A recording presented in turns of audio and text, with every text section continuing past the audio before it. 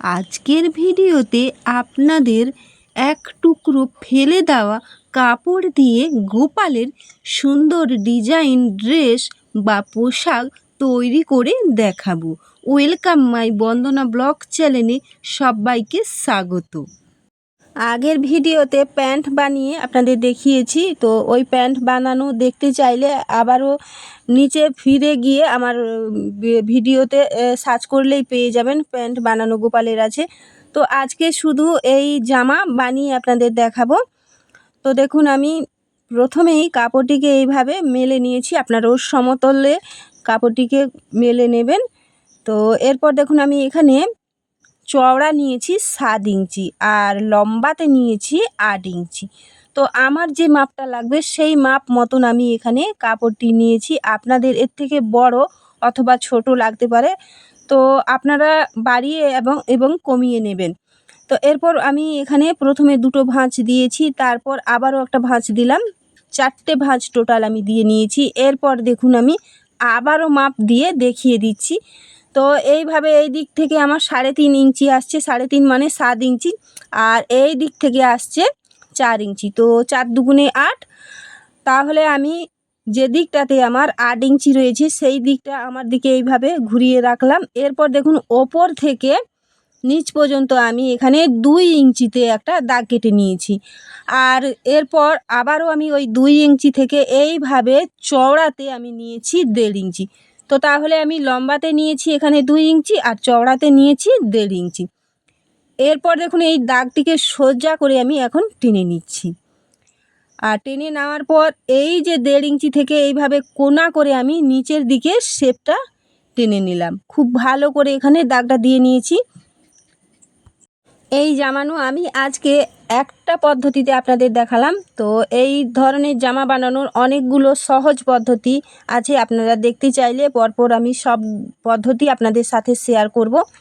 তো দেখুন, যেইভাবে দাগ দিয়েছি একেবারে পারফেক্ট দাগে দাগে আমি কাটিং করে নেওয়ার পর জামাটা কেমন কাটিং হয়েছে মেলে আপনাদের দেখিয়ে দিলাম।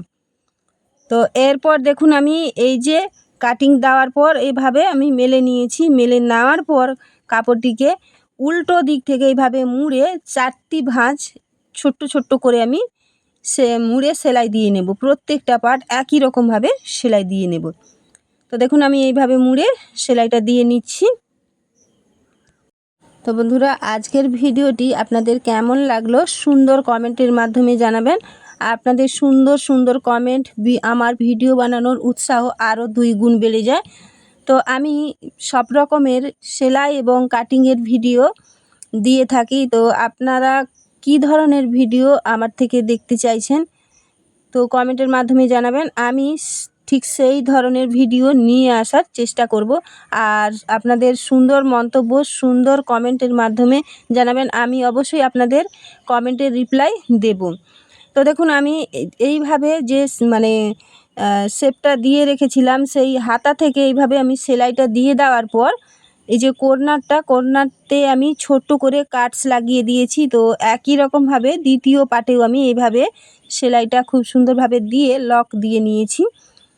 তো দুটো সাইডেই আমি এই ছোট্ট করে কাটস, বগলের যে দিকটা সেখানে আমি কাটস লাগিয়ে নিয়েছি। এরপর আমি জামাটিকে এভাবে পাল্টি করে নিচ্ছি। তো উল্টো দিক থেকে আমি সেলাইটা দিয়ে নিয়েছি। সেলাইটা দিয়ে নেওয়ার পর সোজা দিকে আমি এভাবে পাল্টি দিয়ে নিচ্ছি। পাল্টি দিয়ে নেওয়ার পর তো ভাঁজ যাতে না থাকে সেইভাবে আমি সুন্দর করে এখানে হাত দিয়ে সাইজ করে নিচ্ছি। তো দেখুন, আমি এখানে সাইজ করে নেওয়ার পর এইভাবে সমানভাবে আবার জামার পাটটিকে ভাঁজ দিয়ে দিলাম। ভাঁজ দিয়ে দেওয়ার পর দেখুন, এইভাবে আমি একটি পাট নিচ থেকে উপর পর্যন্ত কেটে নিচ্ছি। তো দেখুন, আমি কেটে নিয়েছি।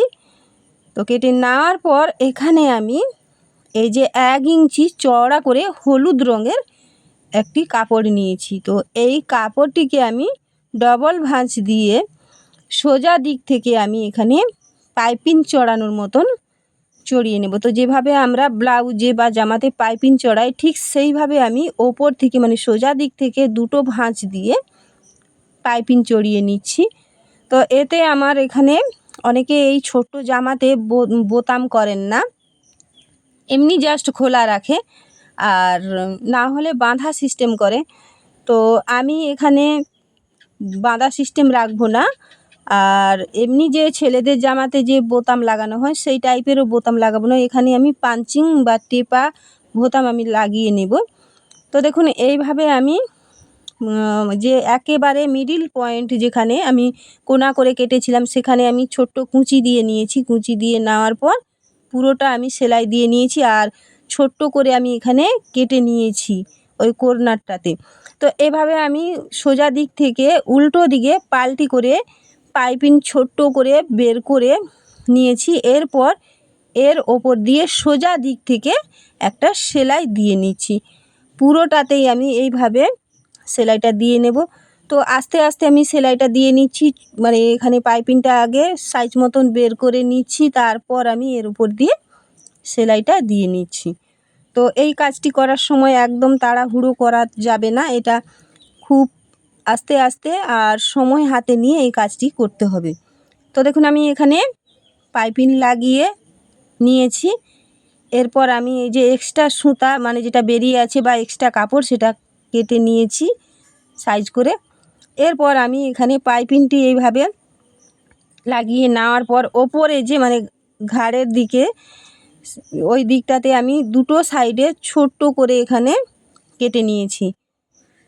তো ছোট যেহেতু ছোট ড্রেস আর এখানে ওঠা ওঠা টাইপের লাগছিল, তার জন্য আমি এখানে ছোট করে কেটে নিয়ে হাত দিয়ে খুব সুন্দর করে সাইজ করে নিয়েছি। করে নেওয়ার পর আপনাদের ঘুরিয়ে ফিরিয়ে দেখিয়ে দিচ্ছি, দেখুন কতটা সুন্দর লাগছে। সোজা দিক এবং উল্টো দিক দুটোই আমি ঘুরিয়ে আপনাদের দেখালাম। এরপর আমি এর ওপর দুটো জাস্ট পাঞ্চিং বোতাম লাগিয়ে নেব। পাঞ্চিং বোতাম লাগিয়ে নিয়ে আসছি আপনাদের দেখানোর জন্য। তো দেখুন আমি এখানে বোতাম লাগিয়ে নিয়েছি। বোতামগুলো এইভাবে লাগিয়ে নিতে হবে। তো আপনারা এখানে বোতাম লাগাতে পারেন, নাও লাগাতে পারেন, আপনাদের চয়েস। তো আমি যার জন্য বানিয়েছি তিনি বলেছেন যে বোতাম লাগিয়ে দেবেন। তো যাই হোক, কতটা আকর্ষণীয় হয়েছে জামাটা দেখেই আপনারা বুঝতে পারছেন। আমার কাছে ঠাকুর নেই, গোপাল থাকলে আপনাদের পরিয়ে দেখাতাম, যেহেতু আমি অর্ডার নিয়ে বানিয়েছি। তো জাস্ট আমি আপনাদের মেলে দেখালাম। আজকের ভিডিওটি যদি কোথাও কোনো অংশ ভালো লেগে থাকে, লাইক কমেন্ট শেয়ার করে আমার পাশে থেকে যাবেন। আর চ্যানেলে যদি কোনো নতুন বন্ধু হয়ে থাকো তাহলে চ্যানেলটিকে সাবস্ক্রাইব করে পাশে থাকা বেল আইকনটি প্রেস করে রাখবেন, যাতে করে নিত্য নতুন ভিডিও দেওয়ার সাথে সাথে খুব সহজেই আপনাদের কাছে পৌঁছে যায়। আজ তাহলে এই পর্যন্ত। আপনারা সকলে খুব ভালো থাকবেন, সুস্থ থাকবেন। আবারও দেখা হবে অন্য কোনো নতুন ভিডিওর সাথে। সবাইকে টাটা।